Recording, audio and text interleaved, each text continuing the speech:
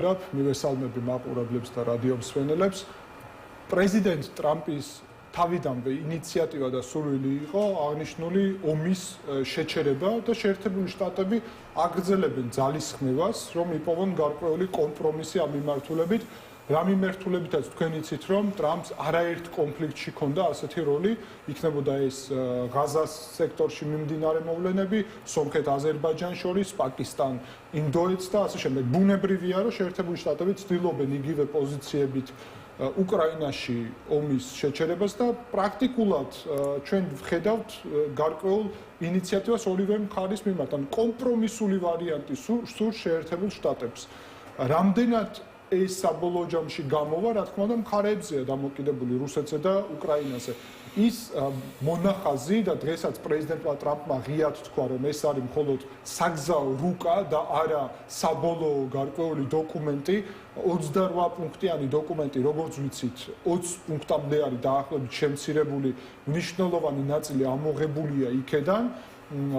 ის რაც სავარაუდოდ იქნებოდა მიუღებელი უკრაინული და მხარისთვის და ჩვენ ასევე ვიცით, რომ პუტინის მხრიდან უკვე, ანუ მისი გუნდის მხრიდან უკვე გაკეთდა კომენტარი, რომ შესაძლოა ამ ახალ ვერსიას, ანუ შეკვეცილ ვერსიას არც დაეთანხმონ.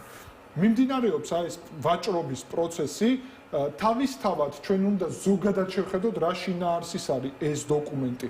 ეს დოკუმენტი გულისხმობს ერთი მხრივ ცეცხლის შეწყვეტას, მეორე მხრივ გარკვეული ზონის, ასე ვთქვათ, de facto კონტროლის ქვეშ დატოვებას, თუმცა ეს ცოტა უცნაური ფორმულირება არის, რადგანაც ისედაც de facto რუსული კონტროლი არის იქ, მაგრამ თავარია, რომ იურიდიული, ასე ვთქვათ, გადაცემა ტერიტორიის არ ხდება, ანუ უკრაინის ტერიტორიული მთლიანობის დარღვევა არ ხდება.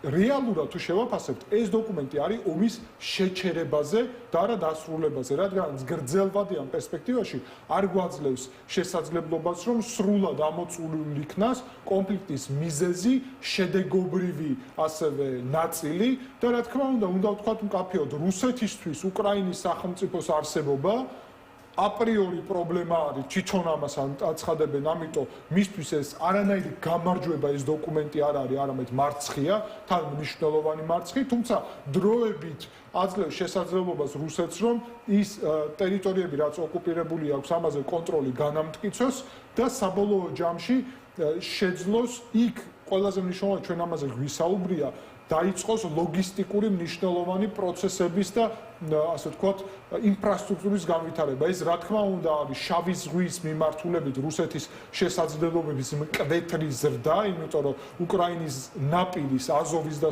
შავი ზღვის მიმართულებით მნიშვნელოვანი ნაწილი დაიკავა რუსეთმა, ანუ აი ამ de facto ზონაში აღმოჩნდება. მეორე მხრივ ეს რა თქმა უნდა არის ცნობილი არხი ევრაზია, რომელიც უნდა იყოს ვალგადონსკის არხის ალტერნატივა, ჩინური ალტერნატივა რეალურად, უფრო სამხრეთით და კასპიის ზღვა და შავი ზღვა, აზოვის ზღვა და მერე შავი ზღვა უნდა დააკავშიროს ერთმანეთთან და უნდა გახდეს ჩინეთის ლოგისტიკური მნიშვნელოვანი აქ მარშრუტი.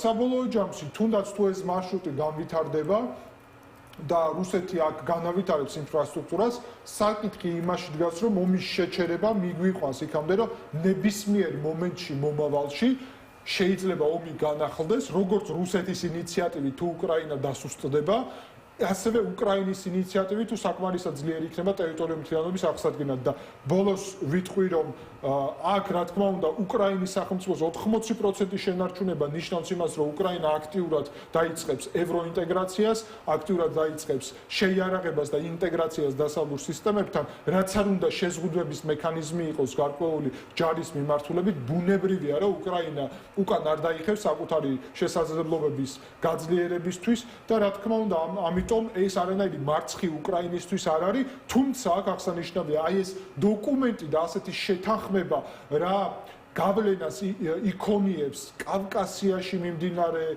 პროცესებზე, განსაკუთრებით ჩვენ გვაინტერესებს რა თქმა უნდა საქართველოზე, ეს ფიქრობ ერთ-ერთი ძალიან მნიშვნელოვანი საკითხია, რომელიც ჩვენ აუცილებლად უნდა განვიხილოთ. შეგვიძლია ვთქვათ, რომ შეერთებული შტატების და მათ შორის პრეზიდენტი ტრამპის როლი ამ მომენტში არის დადებითი, იმიტომ რომ დღეს უკრაინასაც სჭირდება ეს პაუზა. მე კიდევ ერთხელ ვიმეორებ, რომ ეს არის მხოლოდ პაუზა, იმიტომ რომ თუ ნახავთ იქ ცეცხლის შეწყვეტის ჯერ პრიორიტეტი რომ არ არის და პირველი პუნქტი უნდა იყოს, ეს ძალიან მნიშვნელოვანი ნაწილია, არ იყოს ეს დიპლომატიური შეთანხმების ტექსტი, რაც თავიდან ჩვენ ვნახეთ, მაგრამ ცეცხლის შეწყვეტის გარანტიები პრაქტიკულად არ არსებობს. რაც იმას ნიშნავს, რომ მათ შორის გარანტიების პირობებშიც კი ხდებოდა ცეცხლის შეწყვეტის დარღვევა. ამიტომ უკრაინა ამას აღიქვავს, ჩემი აზრით, როგორც პაუზას. ეხლა ჩვენ უნდა შევხედოთ იმას, თუ რა მდგომარეობა არის ბრძოლის ველზე. სამწუხაროდ, ჩვენ ხედავთ, რომ დასავლეთიდან დახმარების, აი ამ ტალღების ფონზე და გახსოვთ, რომ გარკვეული პერიოდი შეჩერებული იყო ეს დახმარება და მე ვფიქრობ, ამან ნეგატიური გავლენა იმოქმედა უკრაინის შეიარაღებული ძალების ზოგად შესაძლებლობებზე. პრაქტიკულად გვაქვს მდგომარეობა, რომელიც საკმაოდ მძიმე არის ამ მომენტისთვის კუპიანსკის მიმართულებით, პრინციპში ამავდროულად მირნოგრადის მიმართულებით და პაკროვსკი უკვე რუსეთის კონტროლის ქვეშ არის. აქ რა თქმა უნდა, ჩვენ და ფასიც შევატაროთ, რუსეთი უზარმაზარ ფასს იხდის ამაში, დაახლოებით 1000 ჯარისკაცი დღეში. რუსეთის მხრიდან, თუმცა რუსეთი იმდენად თავისი არსით ტოტალიტარული სისტემა არის, რომ მისთვის ეს არანაირ სენსიტიურობას აღარ იწვევს, რაც გასათვალისწინებელია. შესაბამისად, უკრაინისთვის პაუზის აღება ამ მიმართულებით და შესაძლებლობა, რომ გაითვალისწინოს საკუთარი შეცდომები და მოემზადოს სრულიად ახალი შესაძლებლობებით და ჩვენ ვიცით, რომ იგივე კონფლიქტი შეიარაღებული ნაწილი გადადის გაცილებით უფრო სერიოზულ მაღალ ტექნოლოგიურ ფაზაში, სადაც რუსეთი მნიშვნელოვნად ჩამორჩება ევროპულ და ამერიკულ შესაძლებლობებს, მნიშვნელოვანი შეიძლება და დადებითი შესაძლებლობა იყოს. მეორე მხრივ, რუსეთისთვის მიზნების არ მიღწევა, რუსეთისთვის მინიმალური მიზანი არის ეს ნაპირის კონტროლი და იქ ამ არხის მშენებლობა, მაგრამ მოდით ასევე ვნახოთ გეოპოლიტიკურად ეს რა, თორე რუსეთს რომ მიწა არ სჭირდება თავისი არსით, მგონი ამაში ყველა ვეთანხმებით ერთმანეთს, იმიტომ რომ მიწის ამბავი არ არის აქ. ეს არის გეოპოლიტიკური მნიშვნელობის მიწა შავი ზღვის მიმართულებით, აზოვის ზღვის კონტროლის და კასპიის ზღვის დამაკავშირებელი. თუ რუსეთი და ჩინეთი ჩადებენ ამაში უზარმაზარ ინვესტიციას და მინიმუმ 50 მილიარდ დოლარზე არის საუბარი არხის აშენების მიზნით.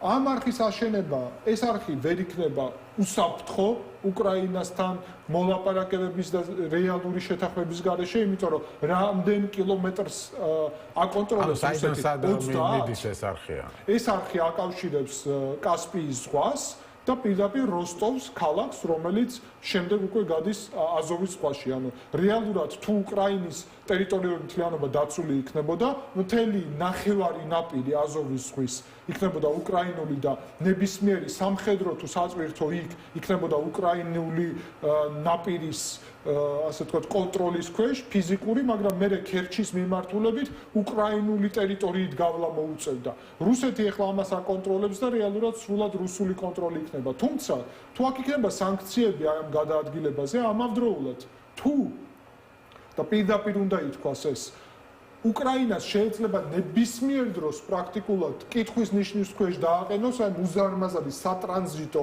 ფუნქციის მქონე არხის და არტერიის გამტარუნარიანობა, რადგანაც ეს არის უკრაინის ტერიტორიული მთლიანობის ნაწილი, რომელიც ამ დოკუმენტებით მხარდაჭერილია. შესაბამისად, რუსეთისთვის ეს არანაირად გამარჯვება არ არის, რადგანაც უკრაინა გააგრძელებს არსებობას, გაძლიერებას, ევროპულ ინტეგრაციას. მეორე მხრივ, ამ არხში რუსეთის ინვესტიციები და ჩინეთის საბოლოო ჯამში გამოიწვევს იმას, რომ რუსეთსაც და ჩინეთსაც მოუწევს უკრაინასთან და მის მოკავშირე შეერთებულ შტატებთან ამ საკითხებზე შეთანხმებას და ამას ჩვენ სამწუხარო არის ეს თუ არა, უნდა შევხედოთ გლობალურ კონტექსტში. დღის წესრიგში თაივანის საკითხი, დგას დღის წესრიგში სამხრეთ კავკასიის და ცენტრალური აზიის საკითხი, შესაბამისად უკრაინის საკითხიც იქნება აი ამ გლობალური რამდენიმე რეგიონში რუსეთის, ჩინეთის და შეერთებული შტატების კონკურენციის და გავლენების გავრცელების ამ დავის შედეგი და სწორედ ამიტომ საქართველოს მთავარი პრიორიტეტი ამ ძალიან რთულ გეოპოლიტიკურ ვითარებაში, რაზეც ახლა საუბრობდი, უნდა იყოს ძალიან მარტივი და პრინციპული. ჯერ საქართველო როგორც გეოპოლიტიკური აქტორი, ჯერ საქართველო როგორც პრიორიტეტი უსაფრთხოების მიმართულებით და ჯერ საქართველო საგარეო პოლიტიკური და გეოეკონომიკური გავლენების იმისთვის, რომ ვუზრუნველყოთ საქართველოს და ჩვენი მოქალაქეების ინტერესები მაქსიმალურად ამ ძალიან турბულენტურ საგარეო უსაფრთხოების მათ შორის გარემოში. ლოგიკა არის იმაში, რომ ომი მინიმუმ, როგორც თქვი, შეიძლება დღის წესრიგში დგას, რომ შეჩერდეს. პაუზა იყოს ომში. პაუზა დღეს ვის უფრო სჭირდება ბრძოლის ველზე, ეს არის უკრაინა.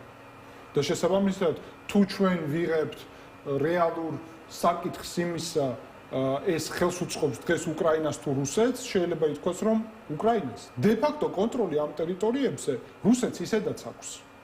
და რეალურად ასე თუ ისე რუსეთი გარკვეული წინსვლით გამოირჩევა, როგორც თქვი, რამდენიმე მიმართულებით ამ შემთხვევაში, მათ შორის აღარ დავაკონკრეტე და გულაიპოლეს მიმართულებითაც აქვს გარკვეული წინსვლა, კონსტანტინოვკაში ახლოს არიან ქალაქთან უკვე, შესაბამისად კრიტიკული არ არის ვითარება, რა თქმა უნდა, ფრონტზე, მაგრამ ნებისმიერი პაუზა უკრაინისთვის იქნებოდა ძალიან მნიშვნელოვანი შესაძლებლობა. ახლა მნიშვნელოვანი ასევე მერაბ დავაზუსტოთ, როცა საუბარია 800,000-ით მაგალითად უკრაინული ჯარის შეზღუდვაზე. ვინ გააკონტროლებს ამას?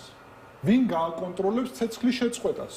როგორ გააკონტროლებენ? ან რანაირი მექანიზმებით მოხდება ის დანარჩენი პუნქტები, რაზეც საუბარია, ხო, იქ სხვადასხვა საკითხზე, შიდა პოლიტიკურ საკითხზე არის საუბარი. შესაბამისად, ყველასთვის ნათელია, რომ ეს შეთანხმება ამ ფორმატით, ამ მოცემულობით არის ომის პაუზაზე დაყენების, პოლიტიკური პროცესების დაწყების შესახებ, თუმცა ეს მიგვიყვანს თუ არა რეალურად აი ამ პუნქტების შესრულებისკენ ძალიან დიდი კითხვის ნიშნის ქვეშ დგას, ისევე როგორც საერთოდ ცეცხლის შეწყვეტა ამ ფორმატით, როცა არანაირი გარანტორი ცეცხლის შეწყვეტის არ არსებობს, მოხდება თუ არა, ან რამდენი ხანი გასძლებს, ასევე ძალიან მნიშვნელოვანი კითხვაა. შესაბამისად, ეს შეთანხმება პრაქტიკულად შეგვიძლია ვთქვათ, რომ არანაირად არ არის სამშვიდობო პროცესი, თან ვითარება არანაირად არ გავს გაზას. სადაც ისრაელს ისეთი უპირატესობა ჰქონდა გაზასთან შედარებით და ისეთი დე ფაქტო კონტროლი ჰქონდა გაზას უმრავლეს ტერიტორიაზე დღემდე ნახევარზე აქვს, რომ შედარებაც არ შეიძლება.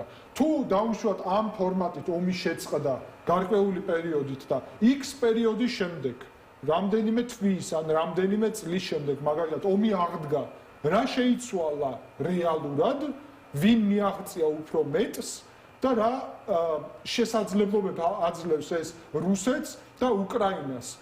ეს ძალიან მნიშვნელოვანი კითხვებია. თავარი არის ამ დროს რუსეთს მოეხსნება თუ არა სანქციები. აი ეგ არის თავარი და თუ სანქციები მოეხსნა რუსეთსაც ექნება ამოსუნთქვის საშუალება. სანქციების რა მარაგი, რა მიმართულებით და რა შედეგებს გამოიწვევს ეს, რადგანაც თუ ეკონომიკურ ნაწილზე არის საუბარი, რუსეთი სამწუხაროდ ისედაც ახერხებს ეკონომიკურ კომუნიკაციას, თუ რა თქმა უნდა საუბარია ტექნიკურ სანქციებზე, ანუ ტექნოლოგიებზე წვდომის, რა თქმა უნდა ეს მნიშვნელოვანი საფრთხეა, იმიტომ რომ რუსეთის შეიარაღებული ძალების გაძლიერება მოხდებოდა, მაგრამ საბოლოო ჯამში მთავარი კითხვა არის, თუ ეს შეთანხმება მოხდა, საქართველო როგორ უნდა იქცეოდეს ამის შესაბამისად თავისი პოზიციების დასაცავად, თუ ეს შეთანხმება არ მოხდა, ასევე რა პოზიცია უნდა ქონდეს საქართველოს, რადგანაც ჩვენ ძალიან მნიშვნელოვნად დამოკიდებული ვართ, რა თქმა უნდა, უკრაინაში მიმდინარე ამ პროცესზე. რა თქმა უნდა, უკრაინის წაგება ჩვენ არანაირად არ გვაწყობს. ვიღაცებს კი უხარიათ საქართველოში, უკრაინა უკვე არ არის წაგებული, იმიტომ რომ შეგახსენებთ, რომ რუსეთის გეგმა არა მხოლოდ კიევის აღება იყო, არამედ ლვივის აღებაც და უკრაინული სახელმწიფოებრიობის გაუქმება და 4 წლის შემდეგ ომის პრაქტიკულად და 2014-დან არის საერთოდ ომი დაწყებული, ან 11 წლის შემდეგ რუსული ომის 20%-ზე მეტ ვერ აკონტროლებენ და რეალურად თავადაც ჩიხში არიან შესული ბევრი მიმართულებით. უბრალოდ აქ მნიშვნელობა აქვს სწორედ ადამიანური ზიანის. რუსეთი ტერორისტული სახელმწიფოსავით ადამიანებს უყენებს ზიანს, რაც ძალიან რთულია უკრაინისთვის.